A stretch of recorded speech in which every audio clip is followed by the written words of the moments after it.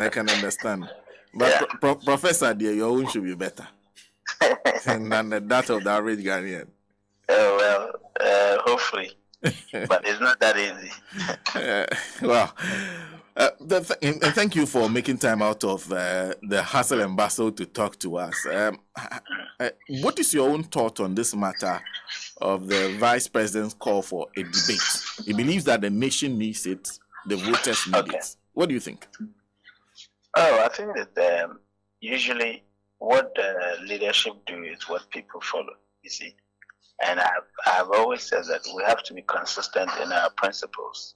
Something that you believe in has to be absolutely consistent. Of course, there are times where you can change position because of the changes in the environment. That is granted. But there are certain things that are, constant, of course. So if you actually believe that there must be a certain platform for demonstrating differences, in thoughts, in ideological positions, in philosophy, that position has to be constant. You couldn't actually be changing it depending on where you stand.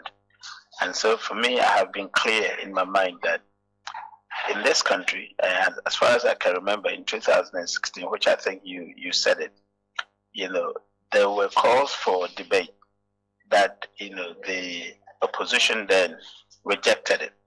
And they insisted that the actual debate must be between the government and the people of Ghana. Now, I think that position has to be constant. You couldn't actually call for debate when you're on the bad foot. Because the country is not behind you, you think that debate is good for you.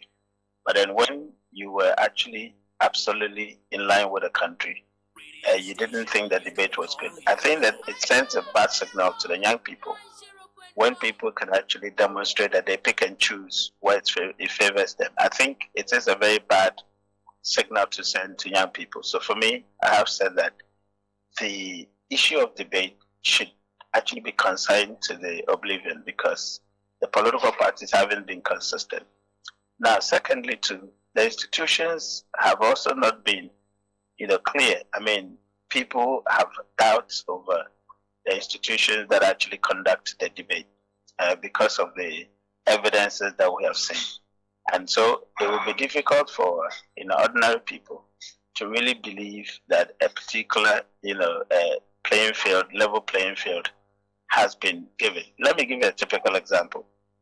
Currently, as we speak, the entire media plane, most of the media houses, the most significant and major ones, you have a political party that has a lot of money, that has enough budget to actually buy a front page. All right. Now, what is going to happen is that immediately after the debate, you're going to see a certain, slogans, a certain, soundbites being populated, on the front pages of the media houses, just because someone has money to actually buy the front pages and use that propaganda to actually obscure the views of the people. I think that's not the best. So because of the inconsistencies in principles and because of people's doubts about the genuineness of the institutions, and thirdly because of the unfavorable, in terms of unfavorable budgeting and unfavorable capacity, to the smaller parties and the undue advantage to the so-called powerful parties. I don't subscribe to this. I think that the best way is to meet the media. If the government, for example, is very, serious about explaining what they have done and going for what they will do to the people, I think the best, agency to meet is the quote-unquote media. You call the media, you let them interrogate, your positions. If you go for debate only allows 2-minute questions. 2-minute answer period. It is not a good grounds for people to really appreciate what you want to do. Yes, a lot of people can talk about your debate. You'll be given, opportunity to answer, but that's a very small window. 2 minutes for you to actually answer. It does not allow for interrogation. And more so too, as I said, the moderators cannot be trusted. So I think that I'm not in line for that. So for you, what is best at this time is media. So the way former President Mahama did it. Yeah, because that one, there's nothing like a budgetary advantage. There's nothing like budgetary advantage. You want to actually organize a media forum where the critical media represented across the country are actually asking you the most probing questions and then demanding answers for things that you have said and you haven't done, and then things that you're going to do and we can't trust that you'll do it. That is more probing than a 2-minute answer sessions at a debate. People can have their diverse views, but I, based on a number of reasons, do not subscribe to debate as we speak, because the politicians have bastardized the debate. Every time, when we started it, I think we did it for 2 occasions, and then they started bastardizing it. It depends on what the polls say, it depends on how the mood of the people is. Then one will call for debate, the other will say no. I don't think that is consistent, and I don't think it's a principled position. I want to find out, under which circumstances would you subscribe to a debate? Because in other jurisdiction, for example, if you look into even the American elections currently, the ties seem to have been turned by one debate and the views, the performance of one candidate. Under what circumstances would you consider that as a part of the whole thing with presidential elections? So the American, political system, even the debate is not compulsory. It's just that it's stable. They've done it for years, and so it's a staple of the American campaign that debating is part of it. And most of in America, the political parties are on equal footing. The 2 main political parties have serious funding. They're able to generate enough funds. They're able to actually buy media spaces. That could be to both advantages. Even with that, if you look at the 2008 elections, Obama suffered media blackouts. The Republicans bought the entire media space. He had to resort to, YouTube, for example. At the time, YouTube was coming up. And so he had to resort to YouTube and channel the lot of viewership onto that side. Now, in our country, we know how the funding works. It is only when you're in power that you have a lot of money. The political parties misuse their resources. And so when they go into a position, they struggle. So the playing field is not the same. On that grounds, it is difficult for you to ensure equal visibility after the debate. And you know what we can do with propaganda. They will do the soundbite and plaster it on the front pages. That's what you need. Somebody just need to have one liner and then plaster it on all the front pages. The newspaper review would have it. They will tweet it. It will go viral, and it would look as if that is the most dominant or the most compelling policy position. But it's all lies. So for me, I think that we have bastardized the debate in this country. Of course, if we can have a very genuine arbiter to moderate, that's one thing. But that doesn't stop the mediatization. It won't stop the propaganda, the soundbites buying. Of course, if you have a fair moderator, would ensure that the questions are fair, everything else. It's one side. But what about the after resources? You have a political party who is in government, who has a lot of money. They will buy the media space out. They will crowd out the smaller parties.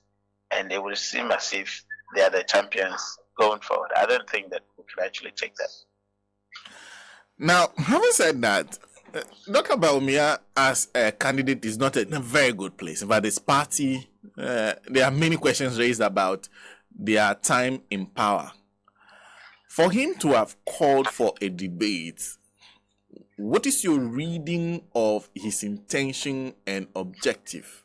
Because everybody will be thinking, are you sure you want to debate on this record? No, it's not. The intention is not for debate. The intention is to grab the headlines.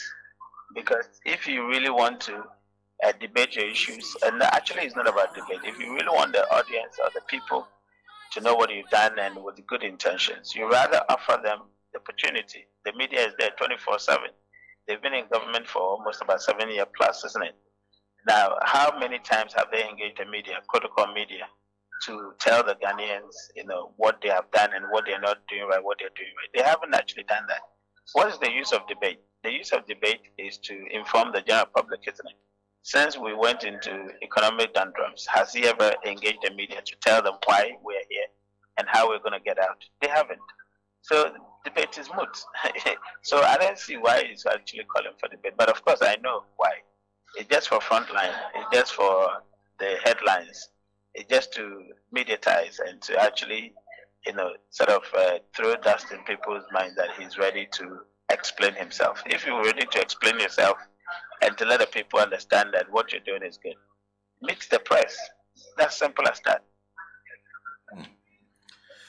Well, Prof, before I let you go, I haven't had a conversation with you on this. I'm sure you've listened to Dr. Matthew Poko Prempe's comments, the aftermath of the discussions, the attempts by the MPP to justify his own comeback, suggesting that he still insists that President Kufuor did better than even Dr. Osajifo Kwame Nkrumah.